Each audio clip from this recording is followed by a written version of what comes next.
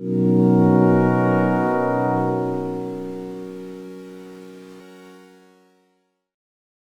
man. Hey, I know you as a 15-year NetJet pilot and real estate investor and entrepreneur and all those things, but a lot of people don't know your background story. How'd you get to Waco? The story starts in 1994, I think, when I was just time for me to decide what I wanted to do to make my dream to be a pilot a reality. That's the one thing that I wanted to do as a little boy, and people ask me, why did you choose to be a pilot? It's hard to explain. Really? It's almost like So you know since you were little. an existential need that I wanted to do this, and and I was determined to do it. So an opportunity came to come and study in the U.S., and so I went to the U.S. Embassy to do some research so I can learn about. From what country? Where were you from? Harare, Zimbabwe is where I grew up. Zimbabwe. Yeah. Yes, and so the U.S. Embassy was in the capital city, which is Harare, and that's where I went because there was no internet at least in my country at the time. So I had to go look at a university prospectus to learn about different programs that were offered by different universities. So I did that, and Baylor was one of the places that I came across, and they had an aviation program, and we gave it a shot, my mother and I, and, That's crazy, and I man. came in 1995. Pamphlet in an embassy in Zimbabwe. Yeah, yeah. Somebody made a good marketing decision to put that out there. That's Yes, cool. indeed. Yeah. So- Otherwise, I would never heard of it. So how old were you when you came? Didn't I know was 20 anyone? Yeah. Had to didn't look know on the anyone. map. Where's Waco? How'd I get there? Yes, exactly. Pretty scary. Yeah, it was Madison Cooper Airport back then when I came. Oh, when I my. did it, yeah. Wow. And I remember just getting off the airplane, and I never really felt humidity like I felt it. Yeah. Getting out of the airplane, and I went straight to my dorm, which was Martin Hall, and again, all I had was my luggage and me, no friends and people that were taking care of Yeah. international student arrivals. Yeah. Didn't know how to use a microwave, how to use a dishwasher. I thought a microwave was a odd-looking little TV, actually. Yeah. Or wash and dry. All those things I had to learn from my peers, and they were really, really awesome to help me feel welcome, especially knowing, being a minority for the first time in my life. I was surrounded by a sea of Caucasians. Yeah. It was very unnatural at first, but everybody was so welcoming, so inviting, and showed me around Waco and helped me get around because I had no vehicle either. But I had to go grocery shopping and things like that. So it was the experience in itself was made bearable, if you will, by being in good company, because I had no family that I could call, Yeah. or FaceTime or WhatsApp, and all these things that you can do now. Yeah. Yeah. So I remember you talking about you had some help along the way. Some people took interest in you. Yeah. That kind of made it work. Yeah, probably one of the first people that to whom I'll be forever grateful, because our paths crossed because he was one, first of all, who actually started the aviation program, Dr. Max Schock. Yeah. And I worked hard. That I knew I had no choice but to work hard and excel in school. And he liked that. He admired that. He admired my ambition, my drive, and I was helping the other students. I actually became a tutor for a while with helping the calculus class that I was part of. That helped me pay bills as well, which is nice. But he took a liking to me, and he wanted to make sure that I wouldn't struggle. And because there were times when financially it was difficult to stay at Baylor. The economy in Zimbabwe really went south quickly. Yeah. So my mother was having a hard time sending money, and the Zimbabwean currency devalued so quickly. There was just no way she could do it. And as an on a international regular student, basis. you have to show some financial ability to be able to stay, correct? Yeah. Every year you're supposed to show that you have enough money to last a year for living expenses, tuition, and all those things. Yeah. And they keep you accountable. So I was under a lot of stress. So some local folks kind of helped with that. So Dr. Schock was one, and he helped me get some financial assistance there, and I applied for some scholarships that I received.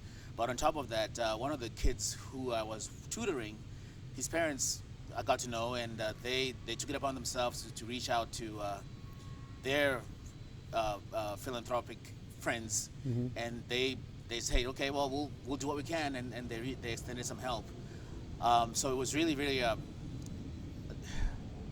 I don't know. I really cannot tell you how grateful I am that people would do that for somebody they didn't know. I mean, was I going to succeed or not? That wasn't guaranteed, but they believed in what I was trying to do, and they showed it by helping me financially. You mentioned you worked in the dining hall of the cafeteria, and that kind of helped you make ends meet. I tried everything. I did everything. So Cutco? tutoring like we talked about The earlier. first time you told me that story about the cafeteria, I thought, well, that's cool. You bet you worked and made some extra money. You're like, no, I got to eat out of the cafeteria. Yes, there was a whole strategy involved. That's right. Because you had to be on a meal plan, and obviously, the less money I spent on the Yeah. meal plan, the more I could Yeah. spend elsewhere. So I purposed to work as much as I could, so that every time I was at work, I would always have free Yeah. food and take food to go home. Yeah. So that worked out pretty well. You said after Baylor, you stayed in Waco Mm-hmm. and were doing flight training and different things.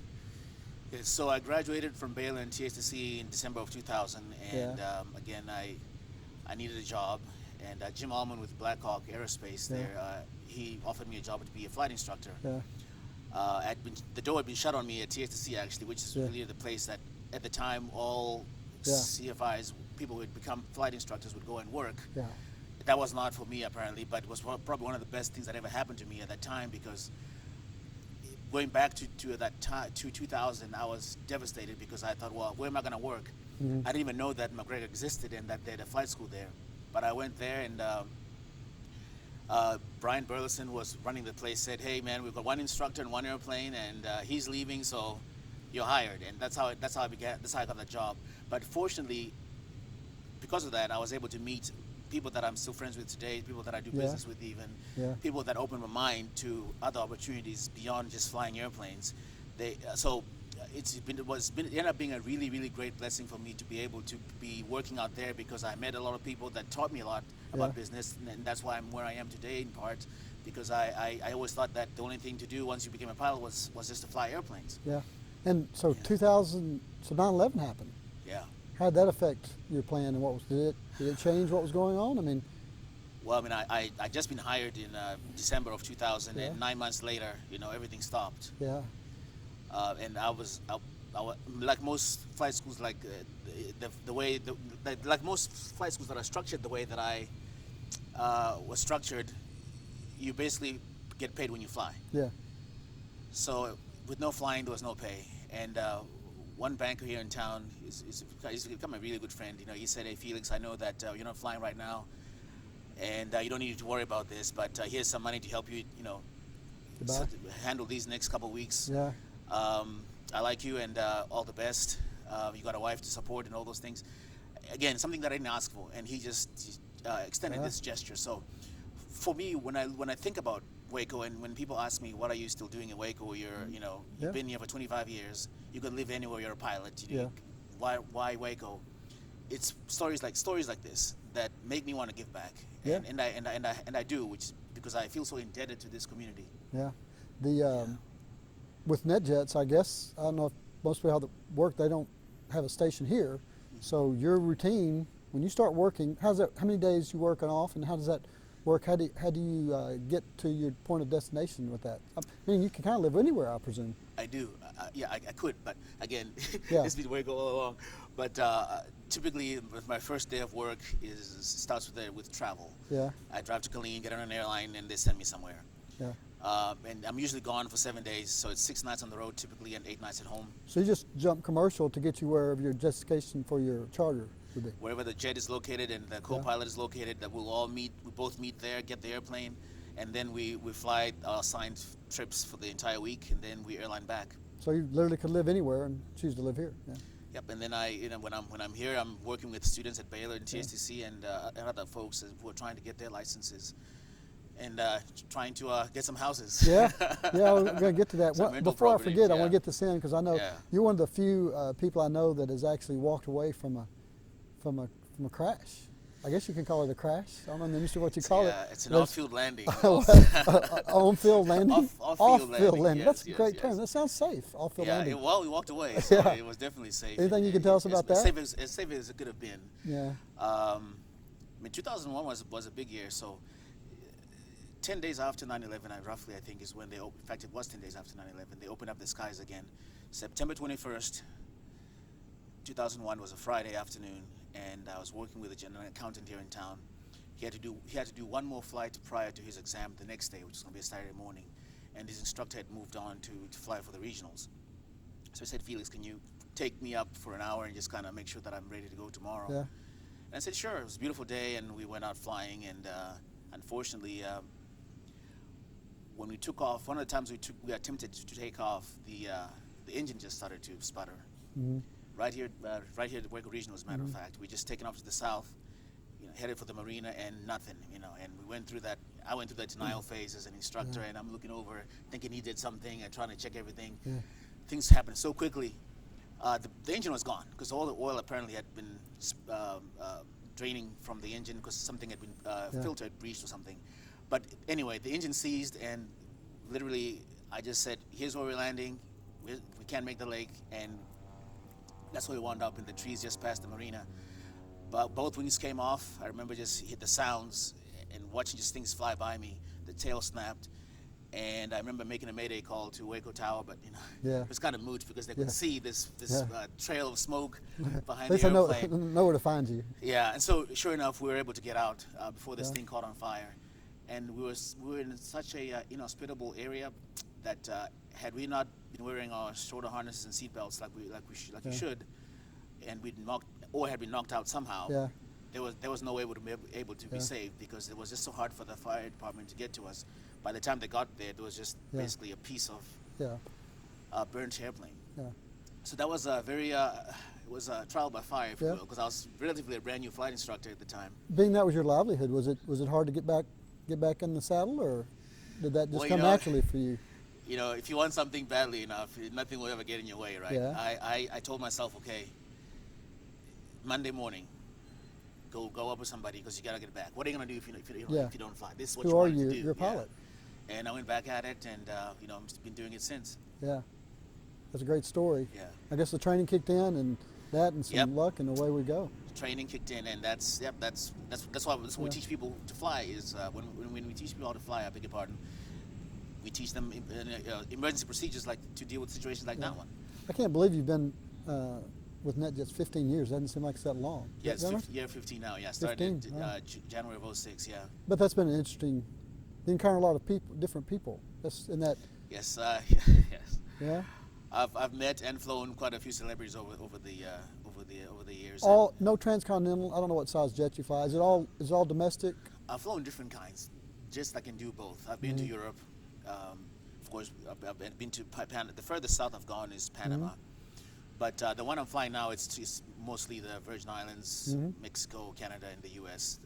That's the kind of range it has. But I've had a chance to travel internationally beyond that. Yeah, I would assume, due to the nature of that type of flight, that you deal with a lot of, like you say, celebrities, high net worth individuals, successful people. Most, as a rule, general rule, most people friendly. I mean, it's a good experience as far as there's always two pilots, I assume. And sometimes a flight attendant, depending on the size of the airplane. Yeah.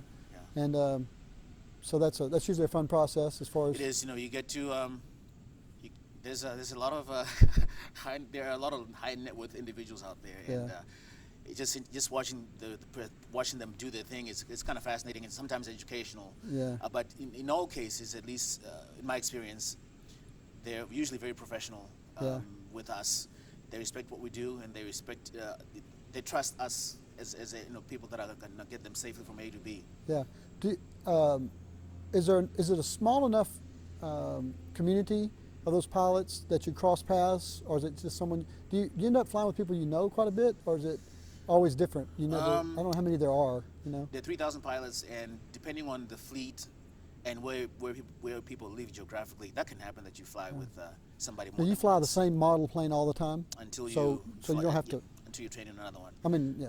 I think I'm in my 5th different type of NetJets that I've been trained in. So I'll fly this particular one for at least 3 years, and then I can opt to go to another one. Yeah. So you're not bouncing around between different planes every trip. You're in the same. No, in terms of just safety and proficiency, that's the practice that we exercise. Yeah. Yeah. You talked before when we visited about your entree into real estate. How did that come about? What are you laughing for?